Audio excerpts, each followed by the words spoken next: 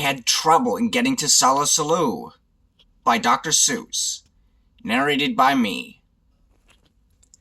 I was real happy, carefree, and young, and I lived in a place called the Valley of Vung, and nothing, not anything, ever went wrong until, well, one day I was walking along, and I guess I got careless. I guess I got gawking at daisies and not looking where I was walking.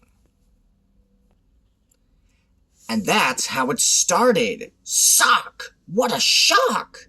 I stubbed my big toe on a very hard rock, and I flew through the air, went for a sail, and sprained the main bone in the tip of my tail. Now, I never ever had troubles before. So I said to myself, I don't want any more. If I watch out for rocks with my eyes straight ahead, I'll keep out of trouble forever, I said. But watching ahead, well, it just didn't work. I was watching those rocks. Then I felt a hard jerk. A very fresh green-headed Quilligan quail snuck up from in back and went after my tail. And I learned there are more troubles of more than one kind. Some come from ahead and some come from behind. So I said to myself, now I'll just have to start to be twice as careful and be twice as smart.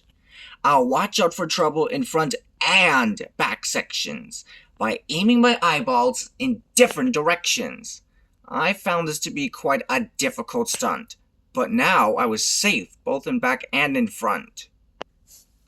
Then new troubles came from above and below. A scritch at my neck and a shrink at my toe. And now I was really in trouble, you know. The rocks, the quail, the scritch, and the skrink. I had so many troubles, I just couldn't think. There I was, all completely surrounded by trouble, when a chap rumbled up in a one-wheeler wubble. "Young fellow," he said, "what has happened to you has happened to me and to other folks too. So I will tell you what I've decided to do. I'm off to the city of Solla Sollew, on the banks of the beautiful river Wahoo, where they never have troubles, at least very few. It is not very far, and my camel is strong. He'll get us there fast. So hop on, come along." I jumped up behind him. Then, all through that day, the wubble wubbed on in a wubblesome way.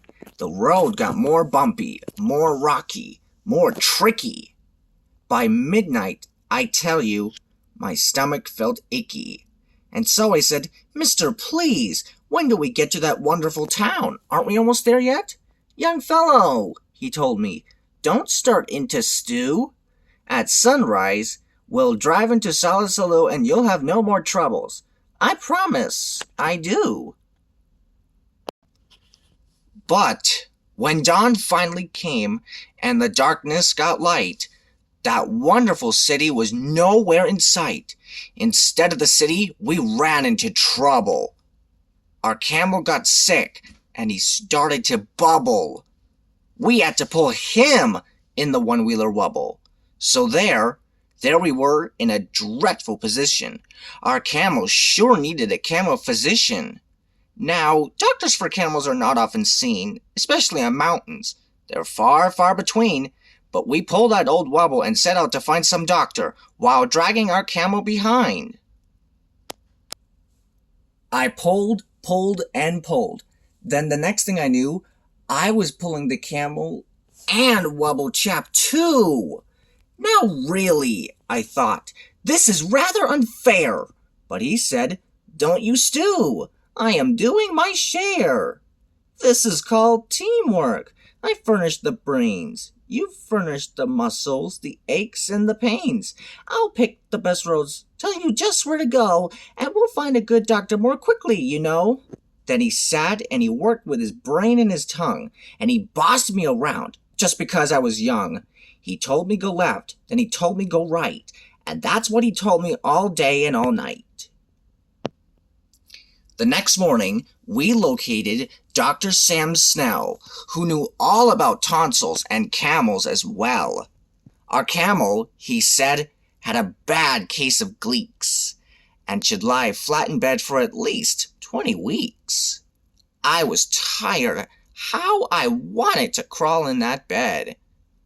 But the wubble chap sent me away and said, "Your troubles are practically all at an end. Just run down that hill and around the next bend and you'll come to the Happy Way bus route, my friend. The Happy Way bus leaves at 4:42 and will take you directly to Solla Sollew on the banks of the beautiful river Wahoo, where they never have troubles, at least very few." Well, the bus stop was there, and that part was just fine, but tacked on a stick was a very small sign saying, "Notice the passengers using our line. We are sorry to say to their driver, Butch Myers, ran over 4 nails and has punctured all tires. So, until further notice, the 442 cannot possibly take you to Solla Sollew, but I wish you a most pleasant journey by feet. Signed, Bus Line President, Horace P. Sweet." So I went on by feet, thanks to Horace P. Sweet, and that Horace P. Sweet almost ruined my feet. 100 miles later, my feet were so sore. Then, wouldn't you know it, it started to pour. I was drenched to the skin when a chap in a slicker splashed up and yelled, "It's the Midwinter Jicker! The Midwinter Jicker came early this year, and it's not going to be very comfy around here. Any fool would get out." So I packed up my things and I'm off to my granddaddy's, out in Palm Springs. "Take cover!" he yelled. "Use my house if you wish." Then the chap in the slicker splashed off like a fish. I ran in the house and I fell in a heap. I needed my rest, but I just couldn't sleep. Did you ever sleep when your feet were like ice, with a family of owls and a family of mice? I listened all night to the growls and the yowls and the chattering teeth of those mice and those owls, while the Midwinter Jicker howled horrible howls. I tossed, I flipped, I flopped and flepped. It was 5:15 when I finally slept. Then I dreamed I was sleeping on billowy billows of soft silk and satin marshmallow stuffed pillows. I dreamed I was sleeping in Solla Sollew on the banks of the beautiful river Wahoo, where they never have troubles, at least very few. Then I woke up, and it just wasn't true. I was crashing downhill in a flubbless flood, with suds in my eyes, my mouth full of mud, my nose full of water, and my ears full of shrieks of the owls flying off with the mice on their beaks. And I said to myself, now I really don't see why troubles like this have to happen to me. I floated 12 days without toothpaste or soap.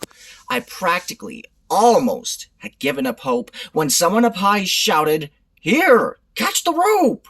Then I knew that my troubles had come to an end, and I climbed up the rope calling, "Thank you, my friend!"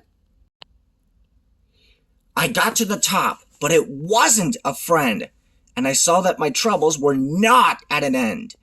A big man on a horse scared me out of my wits. He bellowed, "I'm General Genghis Khan Schmitz. There's a war going on, and it's time that you knew every lad in this land has this duty to do. We're marching to battle. We need you, my boy. We're about to attack. We're about to destroy the perilous poozer of Pompelmoose Pass. So, get into line. You're a private, first class." He gave me a shooter and one little bean, which was not very much, if you see what I mean. Then he yelled, "Get that poozer! Attack without fear! The glorious moment of victory is near!" And the glorious general led the advance, with a glorious swish of his sword in his lance, and a glorious clank of his tin-plated pants. Then we went round a corner and found out, alas, there was more than one poozer in Pompelmoose Pass, and Genghis Khan Schmitz shouted out to his men, This happens in war every now and again. Sometimes you are winners, sometimes you are losers. We never can win against so many poozers, and so I suggest that it's time to retreat." And the army raced off on its tin-plated feet. There I was, with more poozers than I'd ever seen. There I was, with my shooter and only one bean. There I was! And I thought, will I ever get through to the wonderful city of Solla Sollew on the banks of the beautiful river Wahoo, where they never have troubles, at least very few? I had terrible trouble in staying alive. Then I saw an old pipe that said, "Vent number 5. I didn't have time to find out what that meant, but the vent had a hole, and the hole's where I went. Well, that vent where I went was a sort of a funnel that led me down into a frightful black tunnel. The traffic down there was a mess, I must say, with billions of birds going all the wrong way. They bumped me with bikes, they banged me with dishes. I ran into ladders, beds, bottles, and fishes. I skidded on garbage. I fell on a horn. Troubles! I wished I had never been born. I was down there 3 days in that bird-filled-up place. At least 8,000 times I fell smack on my face. I injured 3 fingers, both thumbs, both lips, my shin bone, my backbone, my wishbone, and hips. What's more, I was starved. And damp. Was it damp? I grew moss on my feet. Then, just when I thought I could stand it no more, by chance I discovered a tiny trap door. I popped my head out. The great sky was sky blue, and I knew from the flowers I'd finally come through to the banks of the beautiful river Wahoo.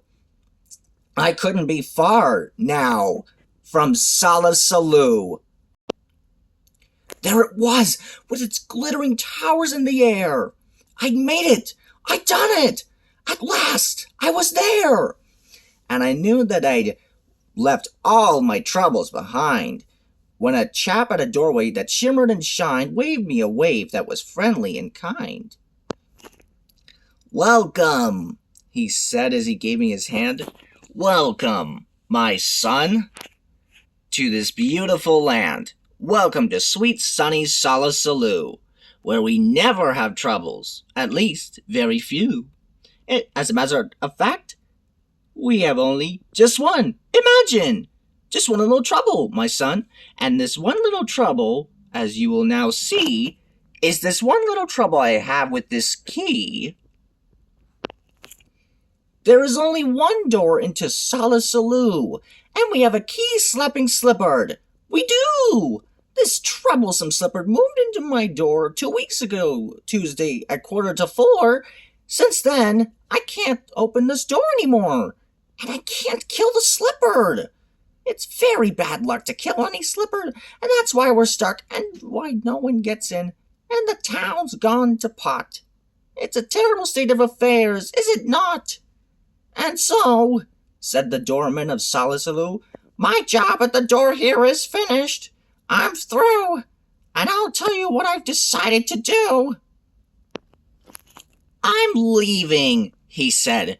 "Leaving Solla Sollew on the banks of the beautiful river Wahoo, where they never have troubles, at least very few, and I'm off to the banks of Boola Booball, on the banks of the beautiful river Woowall, where they never have troubles, no troubles at all. Come with me," he said as he ran, "and you'll never have any more troubles, young man." I'd have no more troubles. That's what the man said. So I started to go, but I didn't. Instead, I did some quick thinking inside of my head. Then I started back home to the Valley of Vung. I know I'll have troubles. I'll maybe get stung. I'll always have troubles. I'll maybe get bit by that green-headed quail in the place where I sit. But I've bought a big bat. I'm all ready, you see. Now my troubles are going to have troubles with me. The end.